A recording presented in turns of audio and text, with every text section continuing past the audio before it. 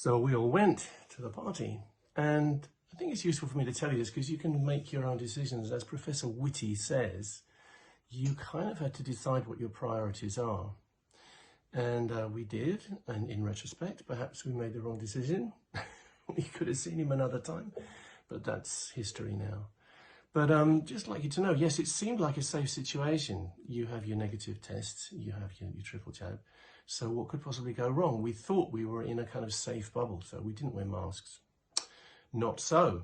So it's worth knowing that. Now, if it had been a board meeting where everybody's sitting a long way apart, maybe that wouldn't have been the case. But the new strain seems to be, the new variant seems to be so incredibly transmissible. I'm not even sure that would be safe. This thing is spreading at such an alarming rate.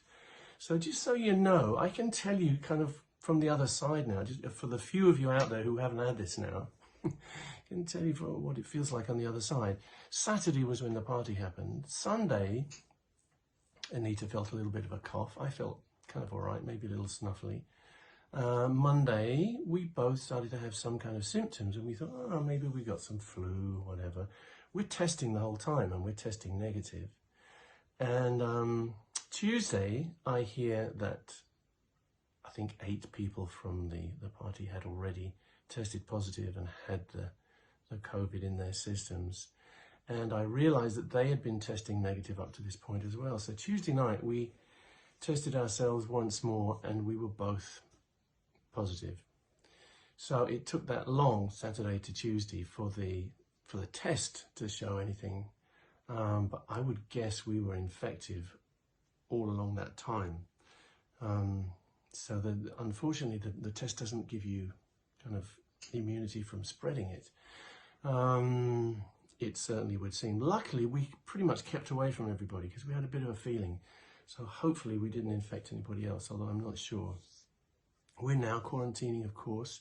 And yesterday I showed you the picture with the lurid double red line, very strong in my system. By that time I'd had 2 horrendous days, I have to say. It's like the worst flu you can imagine, really. And felt very despondent. I nearly came on here to sort of show people how pathetic I looked. But I thought, no, this is trying to grab sympathy, and it would frighten people. But yeah, we were both poorly. Me particularly, I was pathetic and just didn't want to talk to anyone, didn't want to see anyone, couldn't get out of bed. I was just filled with a mess in the head and all the flu symptoms, a terrible cough. Now, Saturday, this is day 7, you saw the test, and it seems that the red line is weaker. And I feel pretty good. Actually, I felt pretty good the last couple of days. So this thing does go away. But of course, there are so many people in hospitals right now who weren't jabbed, who are right on the line between life and death. And I can't emphasize to you enough, this is not the response that my body would have made on its own. It's making this response because I've had 3 Pfizer jabs. And I beg you and implore you to go and get jabbed if you're not already, because you need the help. I lost one of my very best friends to COVID very early on. In 6 days, it killed him. Could have done me the last 6 days, but it didn't because of the jabs. And, you know, I despair seeing these people protesting against the vaccine, protesting against their rights being violated because they might have to wear a mask. Jesus Christ, guys. Our parents fought through wars and had their civil rights kind of knocked away. You know, all anyone's asking is for you to play your part to try and unite against this invader. And it's a nasty thing, and it isn't finished yet. So by all means protest. You know, I'm the first person to support people's rights to protest, but protest against stuff that you should be actually concerned with. Protest against the ineptitude, the arrogance, the ignorance, the deceptiveness, the dishonesty of this government led by Boris Johnson. Yeah, protest. Protest against them killing hundreds of thousands of badgers. Protest against them pretending to be green, but at the same time licensing oil rigs and opening new coal mines. Get real. This is not about you. This is about us. This is about the planet. And I feel so sad seeing my past friend Piers Corbyn, who was in our physics group, a very bright young man.